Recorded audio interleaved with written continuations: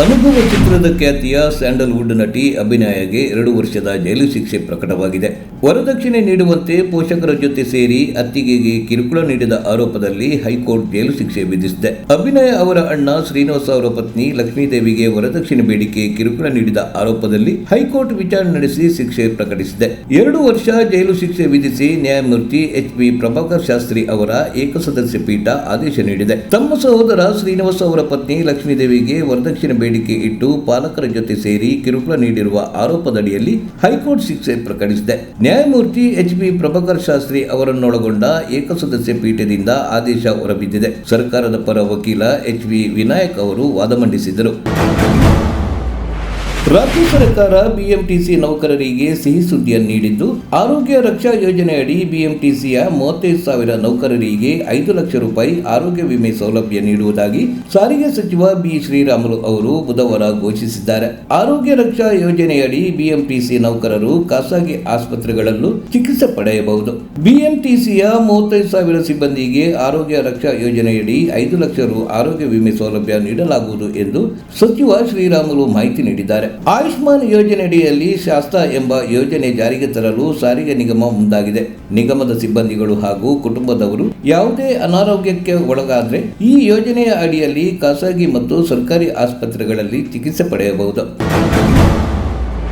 ಬೆಂಗಳೂರಿನ ರಾಜೇನಹಳ್ಳಿಯಲ್ಲಿ ಮಧ್ಯರಾತ್ರಿ ಕಳ್ಳತನ ಮಾಡಲು ಬಂದಿದ್ದವನ ಮೇಲೆ ಮನೆ ಮಾಲೀಕ ಗುಂಡು ಹಾರಿಸಿದ್ದಾರೆ.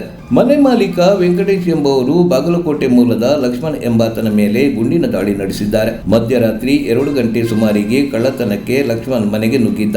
ಆ ವೇಳೆ ಏನೋ ಸದ್ದಾಗಿದ್ದನ್ನು ಕೇಳಿ ಮನೆ ಮಾಲೀಕ ವೆಂಕಟೇಶ್ ಎದ್ದು ಬಂದಿದ್ದಾರೆ. ಅರ್ಧಂಬರ್ಧ ನಿದ್ದೆ ಮಂಪರಿನಲ್ಲಿದ್ದ ವೆಂಕಟೇಶ್ಗೆ ಯಾರೋ ಕಳ್ಳತನಕ್ಕೆ ಬಂದಿರುವುದು ಕಂಡು ಬಂದಿದೆ. ಕೂಡಲೇ ರೂಮಿನ ಒಳಗೆ ಹೋಗಿ ಸಿಸಿಟಿವಿ ಕ್ಯಾಮೆರಾ ಪರಿಶೀಲಿಸಿದ್ದಾರೆ. ಅದರಲ್ಲಿ ಆರೋಪಿ ಕಾಂಪೌಂಡ್ ಗೋಡೆ ಹಾರಿ ಮನೆಗೆ ಬರುತ್ತಿರುವುದು ಕಂಡು ಬಂದಿದೆ. ಕೂಡಲೇ ಬಂದೂಕು ತಂದವರೇ ಗುಂಡು ಹಾರಿಸಿದ್ದು ಲಕ್ಷ್ಮಣನ ಕಾಲಿಗೆ ಗಾಯವಾಗಿದೆ. ತರುವಾಯ ಸಂಪಿಗೆಹಳ್ಳಿ ಪೊಲೀಸರಿಗೆ ವಿಷಯ ಮುಟ್ಟಿಸಿದ್ದು ಅವರು ಬಂದು ಗಾಯಗೊಂಡಿರುವ ಲಕ್ಷ್ಮಣನನ್ನು ಸ್ಥಳೀಯ ಸರ್ಕಾರಿ ಆಸ್ಪತ್ರೆಗೆ ದಾಖಲಿಸಿ ಚಿಕಿತ್ಸೆ ಕೊಡಿಸಿದ್ದಾರೆ. ಕಳ್ಳನ ವಿರುದ್ಧ ಕಳ್ಳತನದ ಪ್ರಕರಣ ದಾಖಲಿಸಲಾಗಿದೆ.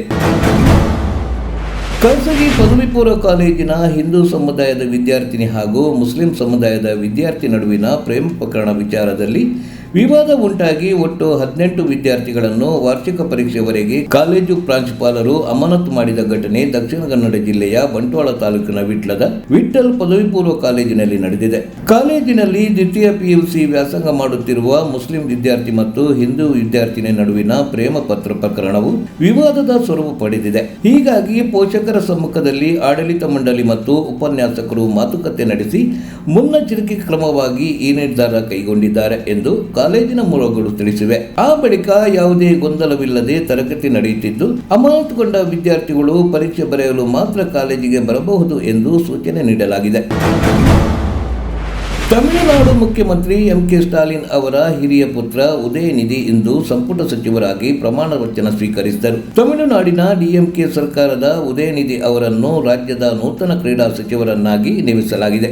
ಉದಯನಿಧಿ ಸ್ಟಾಲಿನ್ ಅವರು ಚಿಪ್ಪಾಗ್, ತಿರುವೆಲ್ಲಿಕೇಣಿ ವಿಧಾನಸಭಾ ಕ್ಷೇತ್ರದ ಶಾಸಕರಾಗಿದ್ದಾರೆ ಹಾಗೂ ಡಿಎಂಕೆ ಯುವ ವಿಭಾಗದ ಕಾರ್ಯದರ್ಶಿಯೂ ಆಗಿದ್ದಾರೆ. ಉದಯನಿಧಿ ಅವರಿಗೆ ತಮಿಳುನಾಡು ರಾಜ್ಯಪಾಲ ಆರ್.ಎನ್. ರವಿ ಅವರು ರಾಜಭವನದಲ್ಲಿ ಪ್ರಮಾಣ ವಚನ ಬೋಧಿಸಿದರು. ಉದಯನಿಧಿ ಸ್ಟಾಲಿನ್ ಅವರನ್ನು 2019ರಲ್ಲಿ ಯುವ ವಿಭಾಗದ ಕಾರ್ಯದರ್ಶಿಯಾಗಿ ನೇಮಿಸಲಾಗಿತ್ತು. ಉದಯನಿಧಿ ಹಲವಾರು ತಮಿಳು ಚಿತ್ರಗಳಲ್ಲಿ ಪ್ರಮುಖ ಪಾತ್ರಗಳಲ್ಲಿ ನಟಿಸಿದ್ದಾರೆ. ದೆಹಲಿಯ ದ್ವಾರಕಾ ಪ್ರದೇಶದಲ್ಲಿ 17 ವರ್ಷದ ಅಪ್ರಾಪ್ತ ಶಾಲಾ ಬಾಲಕಿಯು ರಸ್ತೆ ಬದಿಯಲ್ಲಿ ನಡೆದುಕೊಂಡು ಹೋಗುತ್ತಿರುವಾಗ ದುಷ್ಕರ್ಮಿಗಳು ಬಾಲಕಿಯ ಮೇಲೆ ಆಸಿಡ್ ಎರಚಿದ ಘಟನೆ ಇಂದು ನಡೆದಿದೆ.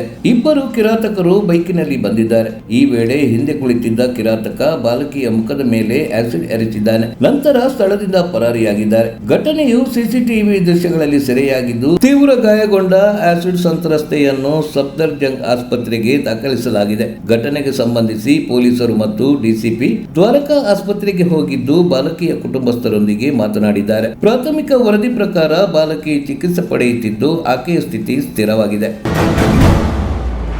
ಆನೆ ಹುಲಿಗಳು ಹೆಚ್ಚಾಗಿರುವ ರಾಜ್ಯವೆಂಬ ಹೆಗ್ಗಳಿಕೆಗೆ ಪಾತ್ರವಾಗಿರುವ ಕರ್ನಾಟಕದಲ್ಲಿ ಕೋವಿಡ್ ಸಾಂಕ್ರಾಮಿಕ ರೋಗದ ಬಳಿಕ ಮಾನವ ಪ್ರಾಣಿ ಸಂಘರ್ಷ ಪ್ರಕರಣಗಳ ಸಂಖ್ಯೆಯಲ್ಲಿ ಹೆಚ್ಚಳಗಳು ಕಂಡುಬಂದಿವೆ. ರಾಜ್ಯದಲ್ಲಿ ಆನೆಗಳ ಗಣತಿಯಲ್ಲಿ ಹೆಚ್ಚಳಗಳು ಕಂಡುಬಂದಿವೆ. 2017ರ ಸಮೀಕ್ಷೆ ಪ್ರಕಾರ ರಾಜ್ಯದಲ್ಲಿ 6,049 ಆನೆಗಳಿದ್ದವು. ಇದೀಗ ಈ ಸಂಖ್ಯೆ 7ರಿಂದ 7,500ಕ್ಕೆ ಏರಿಕೆಯಾಗಿದೆ. ಇಷ್ಟೇ ಅಲ್ಲ, 400ಕ್ಕೂ ಹೆಚ್ಚು ಆನೆಗಳು ಅರಣ್ಯ ಪ್ರದೇಶಗಳ ಹೊರಗೆ ಅಡ್ಡಾಡುತ್ತಿದ್ದು ಈ ಪ್ರದೇಶವನ್ನು ತನ್ನ ವಾಸಸ್ಥಳವನ್ನಾಗಿ ಮಾಡಿಕೊಂಡಿವೆ ಎಂದು ಅರಣ್ಯ ಇಲಾಖೆಯ ಅಧಿಕಾರಿಗಳು ಮಾಹಿತಿ ನೀಡಿದ್ದಾರೆ. ಶಾರುಖ್ ಖಾನ್ ಮತ್ತು ದೀಪಿಕಾ ಪಡುಕೋಣೆ ನಟನೆಯ ಪಠಾಣ್ ಸಿನಿಮಾದ ಬೇಶರಂ ರಂಗ್ ಹಾಡು 2 ದಿನಗಳ ಹಿಂದೆಯಷ್ಟೇ ರಿಲೀಸ್ ಆಗಿದೆ. ಈ ಹಾಡನ್ನು 15 ಲಕ್ಷಕ್ಕೂ ಹೆಚ್ಚು ಜನ ವೀಕ್ಷಿಸಿದ್ದಾರೆ. ಆದರೆ ಈ ಹಾಡಿನಲ್ಲಿ ದೀಪಿಕಾ ಹಾಕಿರುವ ಡ್ರೆಸ್ ಇದೀಗ ವಿವಾದಕ್ಕೆ ಕಾರಣವಾಗಿದೆ. ಕೇಸರಿಯ ಬಿಕಿನಿಯಲ್ಲಿ ದೀಪಿಕಾ ಕಾಣಿಸಿಕೊಂಡಿದ್ದು ಈ ಹಾಡಿನ ಸಾಲಿಗೆ ಹಾಕಿರುವ ಡ್ರೆಸ್ಗೂ ಹೊಂದಾಣಿಕೆ ಮಾಡಿಕೊಂಡು ನೆಟ್ಟಿಗರು ಗರಂ ಆಗಿದ್ದಾರೆ.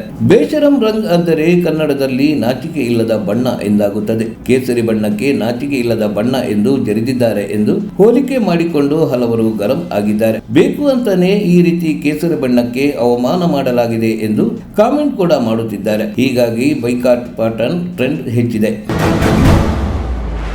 ಮಾಜಿ IPS ಅಧಿಕಾರಿ ಮತ್ತು ಹೆಚ್ಚುವರಿ ಪೊಲೀಸ್ ಮಹಾನಿರ್ದೇಶಕ ಭಾಸ್ಕರ್ ರಾವ್ ಅವರ ಸ್ವಯಂ ನಿವೃತ್ತಿ ಕೊನೆಗೂ ರಾಜ್ಯ ಸರ್ಕಾರ ಒಪ್ಪಿದೆ.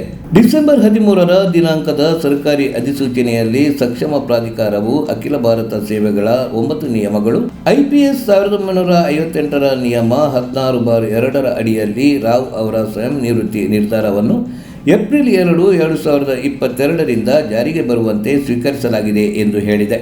ಕಳೆದ ವರ್ಷ ಸೆಪ್ಟೆಂಬರ್ನಲ್ಲಿ ಅರ್ಜಿ ಸಲ್ಲಿಸಿದ್ದ ರಾವ್ ಅವರ VRS ಅನ್ನು ಸರ್ಕಾರ ಇನ್ನೂ ಅನುಮೋದಿಸಿಲ್ಲ ಎಂದು ದಿ ನ್ಯೂಸ್ ಇಂಡಿಯನ್ ಎಕ್ಸ್‌ಪ್ರೆಸ್ ವರದಿ ಮಾಡಿದ ನಂತರ ಸರ್ಕಾರದಿಂದ ಈ ಅಧಿಸೂಚನೆ ಬಂದಿದೆ.